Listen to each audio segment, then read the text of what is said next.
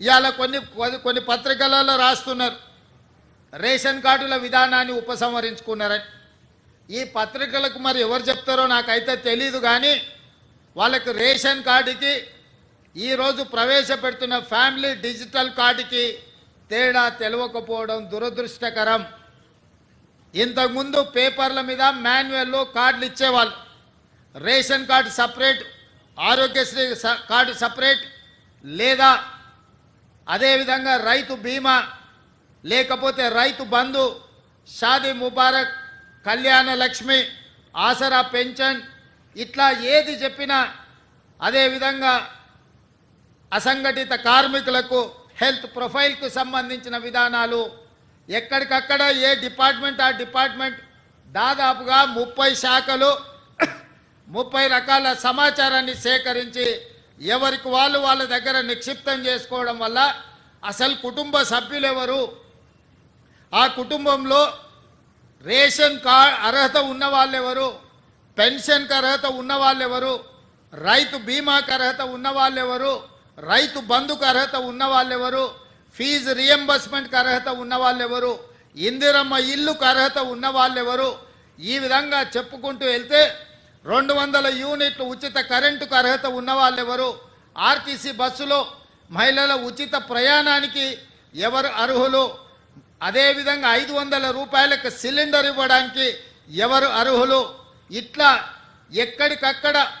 రకరకాల సమాచారము రకరకాల శాఖల దగ్గర ఉండడం వల్ల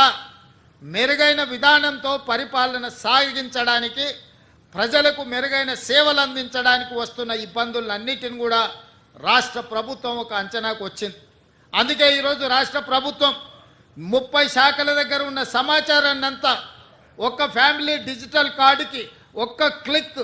ఎట్లయితే ఆధార్ను ఆ రోజు మన్మోహన్ సింగ్ గారు ప్రవేశపెట్టడంతో ప్రతి మనిషికి దేశంలో గుర్తింపు వచ్చిందో, 137 కోట్ల మందికి ఈరోజు ఆధార్ ఉంది అని అంటే అదే ఆధారమైంది ప్రభుత్వం ఇచ్చే సంక్షేమ పథకాలకు. అట్లాంటి ఆధార్ను ఇంకా మెరుగుపరిచి ఈరోజు ఫ్యామిలీ డిజిటల్ కార్డు రూపంలో ప్రతి కుటుంబానికి అర్హత కలిగిన వాళ్లకు అన్ని సంక్షేమ పథకాలను అందుబాటులోకి తీసుకురావాలని ఒక్క క్లిక్తో సమాచారం అంతా సంక్షిప్తంగా ఉండి ప్రభుత్వ శాఖలలో ఉండే అధికారులకు అందుబాటులో ఉండాలని ఇవాళ ఈ విధానాన్ని ప్రవేశపెట్టినాం. ఈరోజు ఈ family digital card 1 nation 1 ration ఏదైతే ఉన్నదో ఆ విధానంలో భాగంగా 1 స్టేట్ 1 కార్డ్, తెలంగాణ రాష్ట్రంలో ప్రతి కుటుంబానికి ఒక గుర్తింపు కార్డునివ్వాలి. ఆ గుర్తింపు కార్డులో వాళ్ళకు అందుబాటులోకి తీసుకొచ్చిన సంక్షేమ పథకాలన్నిటిని కూడా డిజిటలైజ్ చేసి కంప్యూటర్లో పొందుపరిచి ఏ శాఖ కావాలన్నా వాటిని చూడడానికి అర్హులైన వాళ్ళందరికీ సంక్షేమ పథకాన్ని అమలు చేయాలని ఈ విధానాన్ని తీసుకొచ్చినాము. ఇవాళ ఈరోజు ప్రవేశపెడుతున్న ఫ్యామిలీ డిజిటల్ కార్డు, ఇదే రేషన్ కార్డు, ఇదే మీ ఆరోగ్యశ్రీ కార్డు, ఇదే మీ రైతు బీమా కార్డు, ఇదే మీ ఫీజు రియంబర్స్మెంట్ కార్డు, ఇదే మీ ఇందిరమ్మ ఇల్లుకు అర్హత, ఇదే మీకు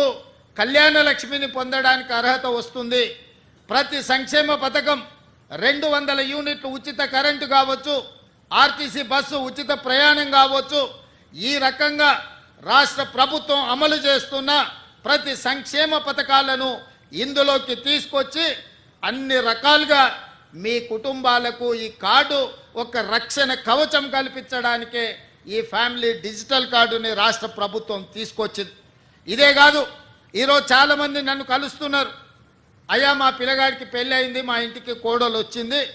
మా పిల్లగాడికి కూడా సపరేట్ రేషన్ కార్డు కావాలి,